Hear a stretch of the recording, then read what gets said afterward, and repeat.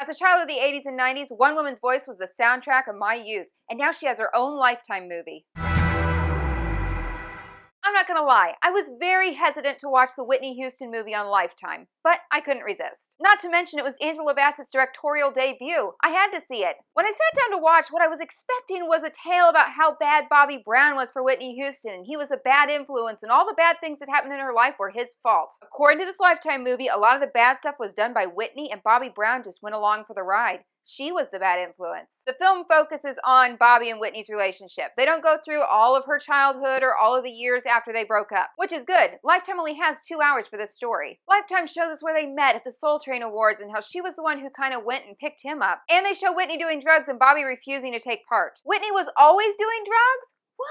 The movie takes us through things we already kind of knew. Whitney's miscarriage on the set of The Bodyguard, the birth of Bobby Christina, the drugs that she just can't stop taking. High points of the film for me were the look of the characters and the costuming, which they did an impeccable job on. Unlike other Lifetime movies like Aaliyah, where they don't have licenses to the music, they actually did have the license to a few of the songs and she sang them. And the musician who sang them in the style of Whitney Houston was pretty good. And that brings us to the woman who was cast to play Whitney Houston, Yaya DaCosta.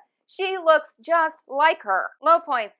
Well, the overacting. I know Whitney Houston seemed exuberant in her interviews and etc., and the drugs probably fueled some of that, but come on. And while the actors who play Whitney and Bobby are both gorgeous people, their sex scene was, I don't even know how to describe it except weird. Cheesy Lifetime movies about the behind the scenes of Saved by the Bell are one thing, but Whitney Houston, I kind of feel like she deserved the real Hollywood treatment. The film ends with Whitney singing "I Will Always Love You" to Bobby Brown, who she knows she can't be with anymore, but, you know, she still loves him. And that's kind of how I felt about this film. I love Whitney Houston, but I really wanted to break up with this movie because I knew it just wasn't meant to be.